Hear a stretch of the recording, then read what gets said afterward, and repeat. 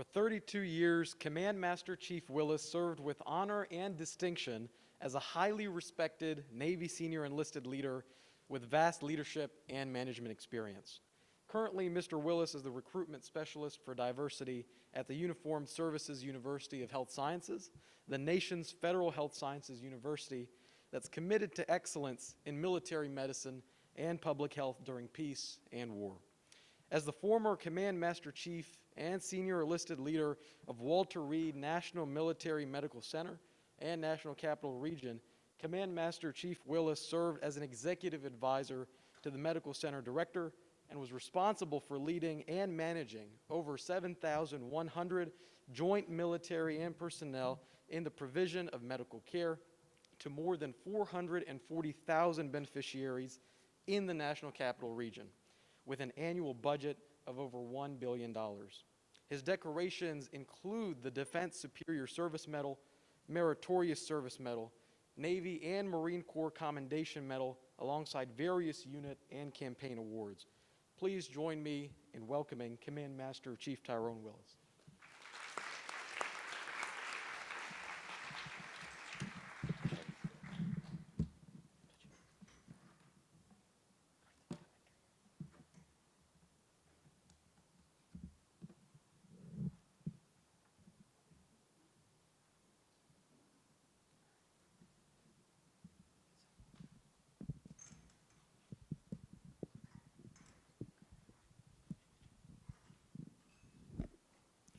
Well, good morning. How's everyone doing? Good. I will not prolong this. I know we're on a time schedule, so I'll try to conform within the time period. But one thing I'd like to do is see where people are from, because what I see, since I'm a recruiting specialist for diversity, I love what I see. I love the true diversity I see within this room. So with a show of hands, I would just like to see, how many of y'all from the Southeast? Okay, great. How many of y'all from the Northeast? Wow. Okay. How many of y'all from New York? Really? What? This is a first.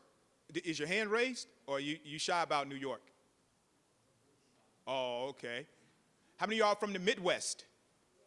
Wow. That's a lot. How many of y'all from the Southwest? How many of y'all from the great country of Texas? Everything is big in Texas. I know. I get it. How many of y'all from the Northwest? Okay. Now, is anyone from any other country here? The Caribbean? China? Okay, great. Any other country? Well, great. Well, first of all, I'm truly pleased to be here. I might like to say my name is Tyrone Willis, and I'll be talking about what we call America's Medical School, which is the Uniformed Service University of Health Sciences in Bethesda, Maryland. Now, hopefully you all love the military, and you all like to be associated with it. So just a show of hands, how many of you all have family members or associated with the military in some kind of way? Great. So you all make this quite easy today. Now, one thing I just wanted to show is that oftentimes people see the military and they're like, oh, I don't want to go to war. We have just normal jobs like everyone else. Going to war is very minute as far as what we do. But as you can see here, we take care of our very own, and we are very diverse. As you can see, we have a female pilot and a female crew chief, meaning that plane is not the pilot. It is the young lady that's pointing. It is her responsibility. So you're talking about a multi-million-dollar aircraft in the hand of this young lady, in which she's probably no more than probably about 23 to 25 years of age. As you can see, you got the Navy and Marine Corps team, and sometimes we have injured service members, and they still participate in the military. As you also can see, every day, like when coming home from deployments or whatever the case may be, or just coming from a job, we get the same reaction of our family members like everyone else. Also, you see, sometimes there are sad moments, but we rally around each other to support one another. And regardless of your age, we still support. We are still one military family. As you can see, as the doctor was talking about earlier, he's been to Guam, but we have hospital ships. We have two, one on the East Coast and one on the West Coast. The one on the East Coast is the USNS Comfort, And the one on the West Coast is USNS Mercy. Have any of you all heard of those ships before or familiar with? Great. Well, the one from USNS Mercy, it does every 2 years do like we call a West Pac, and meaning that they go to the Pacific to do humanitarian missions. And as you can see here, those are some of the areas or some of the places that they go. Those are in Pacific areas. And as the doctor was talking about Guam, Guam is a great place to visit. If you've never been there, between Guam and Okinawa, Japan, they have the most beautiful water in the world. And I know some of you all said, no, how could that be? You got the Caribbean, you got other places. No, trust me, I've been around the world 2 or 3 times, and those places have the most beautiful water. And those are some of the opportunities you have by being in the military, that you can go on some of these humanitarian, especially as physicians. And we have state-of-the-art technology as well. Our military health system, you see, it's nearly a $50 billion industry is here. We care for almost 10 million beneficiaries, and we have some of the state-of-the-art equipment, as well as some of the most innovative ideas came from military service, believe it or not. I know we've seen some of the AI, and we've talked about a lot of different things, but to be honest with you, a lot of those innovations and creation came from the military. As you can see, also research and development. Now, we're talking about 2 ways that you can become a military physician, and hopefully someone in this audience would pursue that opportunity. Now, unless your last name is like Rockefeller, or your parents have ultimate amount of money, like some of those go-billionaires, we offer opportunity that you can go to school for free. And you say, well, Mr. Willis, nothing is free. Okay, it's for service. That's all. It's not money value, it's service value. Now, how many of you all volunteer? Raise your hand. Look at this, whole room pretty much volunteer. And this is pretty much the same thing. You just volunteer your service, your time, not money, in which you get state-of-the-art education. Now, there's 2 ways you can do that. You can do it through Uniformed Service University, which I prefer, or take, for instance, you don't want to come here to D.C., which is Bethesda is north of D.C., probably about 5 or 6 miles outside of D.C. there, or say you want to stay home or stay in, Dakota, South Dakota, North Dakota, Florida, the great country of Texas, maybe you want to stay there, and you still can go to medical school in the United States. We'll pay for that. Now you say, well, how do we go to school for free? Well, thank you for asking. Every time you go get a Starbucks, how many of you all like Starbucks? Oh, yes, Starbucks, you know those taxes on that? You pay the gas or any clothing that you buy, all those taxes. We're the only federal funded medical school, Uniformed Service University. So every time you're paying taxes, you're investing in yourself. So why not take the opportunity to go to school for free? But as you can see here, we have the Health Professional Scholarship Program, where you can go to any medical school in the continental United States or the Caribbean, and the military will pay for it. As you see there, you get start off with a $20,000 sign-in bonus, and then you get like a $2,300 to $2,400 stipend each month, just to go to medical school. Or you can go to Uniformed Service University, where you apply to AMCAS like you do any other medical school, get accepted, and you'll become on active duty. And with that, all your health care is paid for, as well as your family members. So if you have kids or a spouse or significant other, they pay for that as well. Now, the difference is commitment time. And I've seen some people talking about, well, how long I got to commit and something. You have a 4-year if you do the Health Care Professional Scholarship Program, which you are not active duty. But if you do the Uniformed Service University, that is 7 years after residency. And I explained that, And why is it 7 years? Because you're getting paid on active duty service, and that's the difference, Health Professional Scholarship Program, and here it is, 100% tuition paid. So you can tell Mom, I went to D.C., and I heard Mr. Willis, so I can get my medical school paid for. So all those hundreds of thousands of dollars you've been saving from, you can just go and give it to me now, But it just tells you about the stipend and everything. And you do come on active duty, probably like 4 to 6 weeks like a reservist, but it's not that long. And your annual salary, what you normally get through the, what we call HPSP, is about $29,000.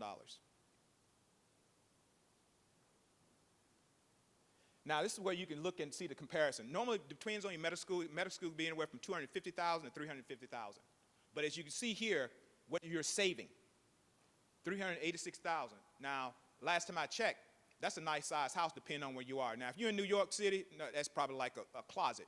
But for somewhere in the South or something like that, that's a nice size house. Or if you like fancy cars, that's a couple of BMWs or Mercedes-Benz or whatever vehicle you all like. Now, this is the difference. This is the one I particularly like. And I'll give you the reason why I like USU. Not only are you going to school for free, but you're making over 70 grand just to go to school. So that means you're not, as long as you're not, you know, just not to fail chemistry or some biology or something, you're getting over 70 grand to go to school. Now, some of you all, that's probably pocket change. For commoners like myself, 70,000 is nice. Okay? Do some of you all agree? Oh, yeah, you know, I said, okay. I just want to make sure I was talking to the right people here. Okay. But as you can see, the saving is almost $600,000, or at least $575,000 by just coming to Uniformed Service University. But the other piece that I like, more importantly, is the camaraderie and the family atmosphere at Uniformed Service University. See, we don't have competitions who's like going to be number one in the classroom. Our mission is to get everyone across the finish line. So if I need to help my brother or sister, regardless of where they come from, whatever they look like, or whoever they love, is to meet and join together because we want all to get across the finish line. That's the most important piece. Everyone helping each other. Matter of fact, they have what we call fire teams. There's like 4 in the class. Okay, they random selected because some of our students are prior military, some of our students are a little older, they have had other careers prior to coming to medical school. So they associate 4 in a class to help each other or assist each other. And then what we call fire families is that the upperclassmen help you as well, another different 4 group. So each class have 4 teams in each one, okay? And this is about the facts, just telling about the salary and some of the stuff I went over. Now, there's 4 different services you can select. That's Army, Navy, Air Force, and Public Health. Public Health, we don't normally have that many seats, anywhere from 2 to 5 per class. And normally in the Public Health, they go to the Native American Reserves or Indian Reserves to practice medicine. That's the difference. Talk about Uniformed Service University, one of my favorites. And there's our colorful staff. As you can see to your left, that's Go Army. To the center, which I was part of, Go Navy, Beat Army. No, just joking. And also with the Navy, also it's Public Health, because they wear the same uniform just like the Navy. And to your far right is Air Force. And that's our vision, but our motto is care for those in harm's way, because that's what we do. And when you get coming to USU, you just not only get a medical education, you also get leadership skills, something you probably don't get at the other schools, but you get a lot of leadership. So if you want to be the leader, like to be in the back, it's fine, but we want to make sure you have intangibles, the leadership that you need to do great things. And some of you all, well, what type of position? You know, I heard a lot about family practice, which is great, but we have all these as well that you can train in. So I give you a moment to get a snapshot or what have you, but we offer all these.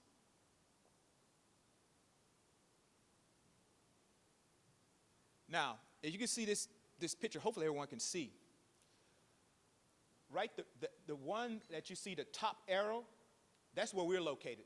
That's the Uniformed Service University. Right underneath it, at that large building did you see with a little tower in the front?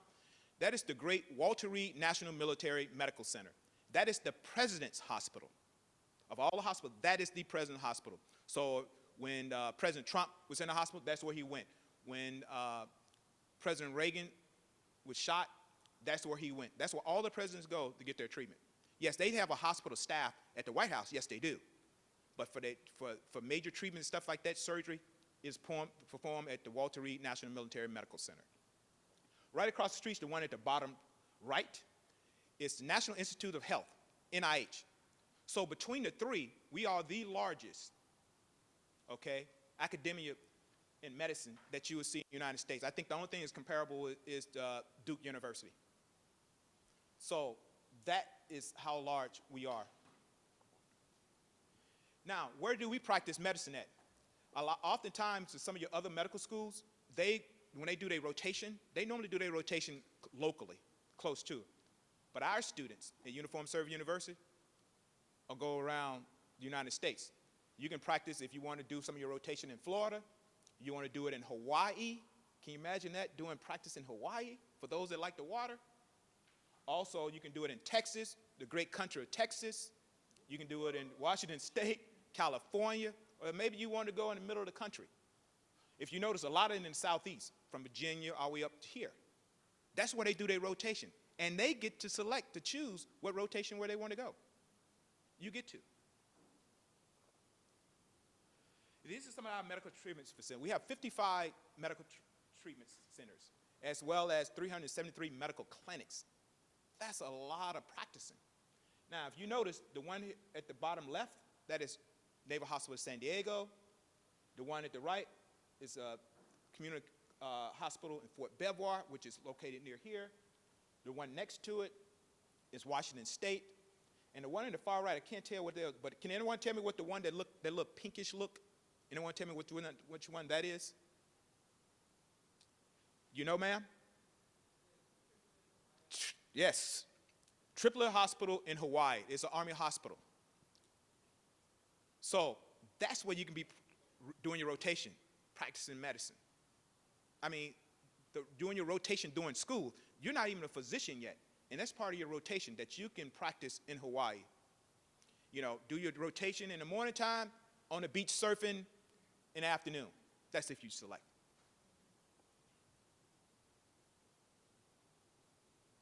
Now, not only that, also when we have medicine, we practice medicine around the world. As you can see, Lima, Peru in South America, United States. As you see that star right there, you got 3 of them down in the Pacific. That's Guam. One of them is Guam. You got Korea. You got Okinawa, Japan, as well as mainland Japan. You got Singapore.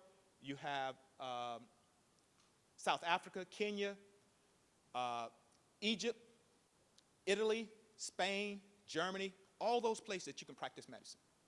And you're doing it for free. Free. So I don't know the last time you tried to take a trip to Italy, but I think it's a little costly. And these are our class. This is a class of 2024. I don't have the for 2025 yet. But we normally get about a little over 3,100 applicants, okay? And we only have 171 positions. But I'm amazed at the deal of Century to me that we don't have at least probably about 5,000 to 10,000 applicants. So since, you know, we only have 3,100, the chances are good. And as you can see, since Army is the largest, they have the most applicants, as well as Army, Navy, and Air Force around the same. But that 2 you see, what we call public health, and that changes year to year. I think this year, I think we had like I think we had 5 spots. We had 5 applicants that got selected for public health. And this is academics. I know, you know, everybody astute here, students, but this is normally a general GPA. And as you can see, the science, that's biology, chemistry, physics, math, and it ranges MCAT score. Just to prep you now, I know you're high school students, just to get you a familiarization with what you can look forward to. And you see, not all the matriculars in biology. I know a lot of things, biology and chemistry are the main ones, but as you can see, some of the other degrees people come in with. And the most important, that you have the prerequisites. Our class, that particular class, 40% women, 56% men. The previous class that graduated last year, were 50-50, one of the first time. 50% of the class were women. That's gone a long way since this first started in 1972. And our students are a little older because some of them have gone through life experiences and chose to do another different occupation prior to, and they have epiphanies like, hey, I want to be a physician. So our average age is 25, but that's not to say we have students that's in their 30s, okay? Have families and everything, which is quite all right with us. This is near and dear to me, the diversity piece. As you can see, what they said, students who are not from non-white minorities, I think it's 53 on there. As you can see, minorities underrepresented in medicine, that's 22. And how many area first generations? About 31 of the students in the class. Now, we're a lot better than we used to be, but we can be a lot better. But that's one of my jobs, is to help recruit diversity. And diversity is not about a color or culture. It's about being different, but making it better by being different. Okay? And these are some of the residencies you can choose to select. Our students normally get over 91% their first choice of residency. So those are some of the ones you're thinking about, you can go into. And since we have a lot of people in family medicine, you see family medicine up there. Also at our school, we have other science and other degrees that you don't have to pay anything, no service time or anything. You don't pay for it, you just attend, and you get a stipend. And these are some of the degrees that we have that you can apply with no service time committed to it, just applying for the school, and you go there and they give you a stipend, and all the school is free. It's located, yes, it is located in Bethesda, Maryland.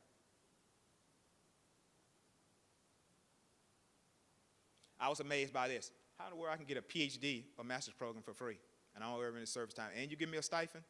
Boy, I love America. How do you know, I'm pre-med, how do I apply? Something to think about as a student. I'm just letting you know, I know you're a high school student, but some of the things you do. Explore diversity. Look at what you really want to do.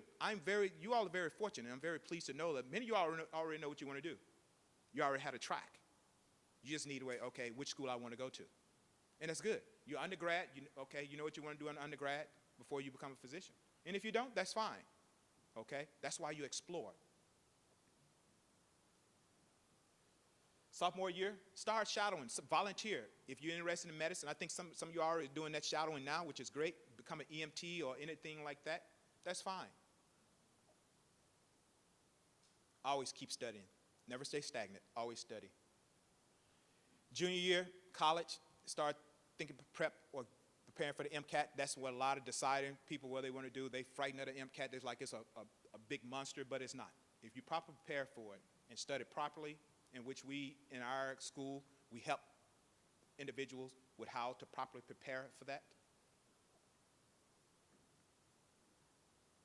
Senior year, my thing is take your MCAT in like your junior year. So unless you want to have a gap year where you want to do a post-bac, you could easily just go roll right into medical school after you graduate college, whatever college you want to attend. And this is one of my things. We're the land of the free because of the home of the brave. Regardless of where we may come from, our political party, or who we love or who we don't love.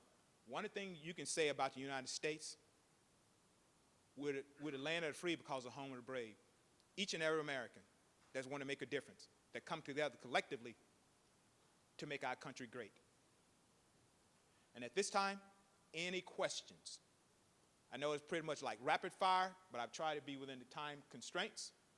So I see a few people have their hands up.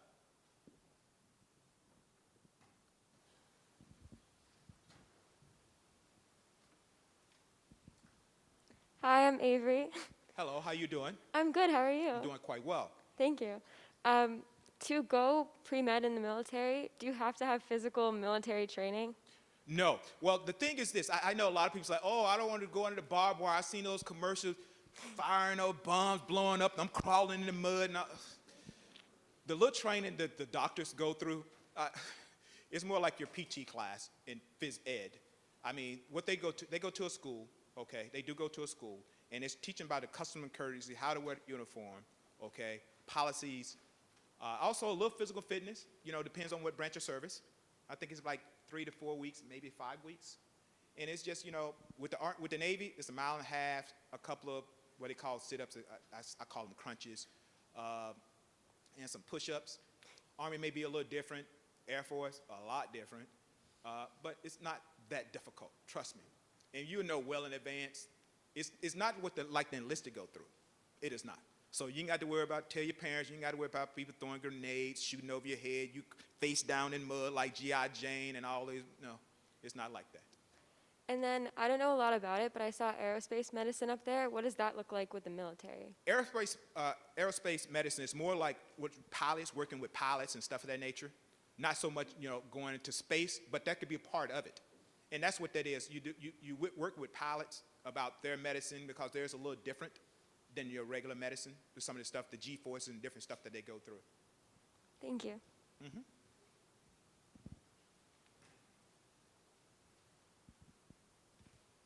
Hi, I'm Allison from Hello, Michigan. how you doing? And I liked how you broke it up into specific years that we go through in high school, or in college. But I was wondering, is there a specific contact that we should know about into getting into these programs that you just spoke about? In school, it's not, you can invest in it, but what I will do is this. I leave my cards, and if you have questions or you're trying to get whatever state or city you're in to try to get connected to something with shadowing while you're in college and stuff like that, one of the things you can do is always go to your college advisor, and especially if you're interested in medicine. So they always have like a pre-health advisor or something like that, and they can steer you in the right direction and where you will need to go and some of the things you need to do. But I'd be more than happy to leave my card. So for anyone, if you have any questions about you want to go to med school, you want to go, first you need to go to get your undergraduate first and do your pre-med requirements. And then if you're interested in it, I can help you along the way. So I leave my card and I'd be more than happy to assist anyone. Perfect, thank you. Okay, no worries.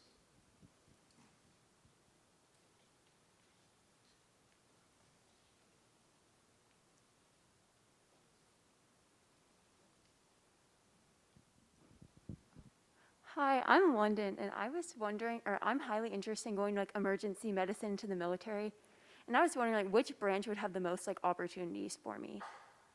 I couldn't hear the last question. Oh, sorry, wait. I'm interested in emergency medicine in the military, and which branch do you think would have the most opportunities? Wow, I like that. Something I would tell you, when I first joined the Navy, I was a little 18-year-old, and I went to corps school, and I worked in the emergency room. So my favorite love is emergency medicine. And I've been trained in trauma and stuff of that nature, so I have love.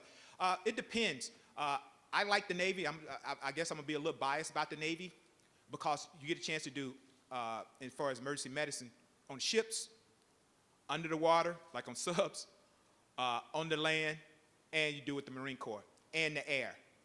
Army, a little, all of it, but Army is the largest, so some people say, I would say between Army and Navy. I'm just a little passionate to Navy, but I would say Army, Navy. But you have an opportunity to select which one you want. We don't say you go Navy. You select which one you want to go. Okay? That's how that works.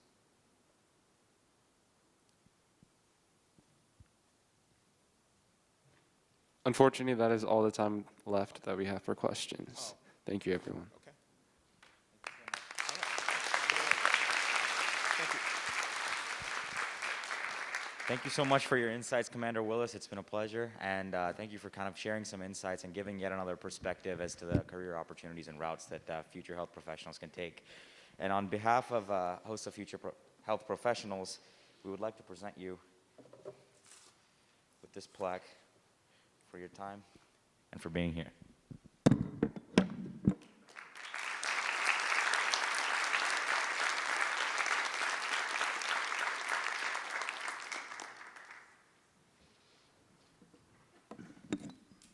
Thank you all. That concludes our discussion. We'll now break for lunch. Lunch is served outside. Please go ahead and quickly work your way in as we are just a little bit behind schedule, and we'll get started with the next closing ceremony shortly.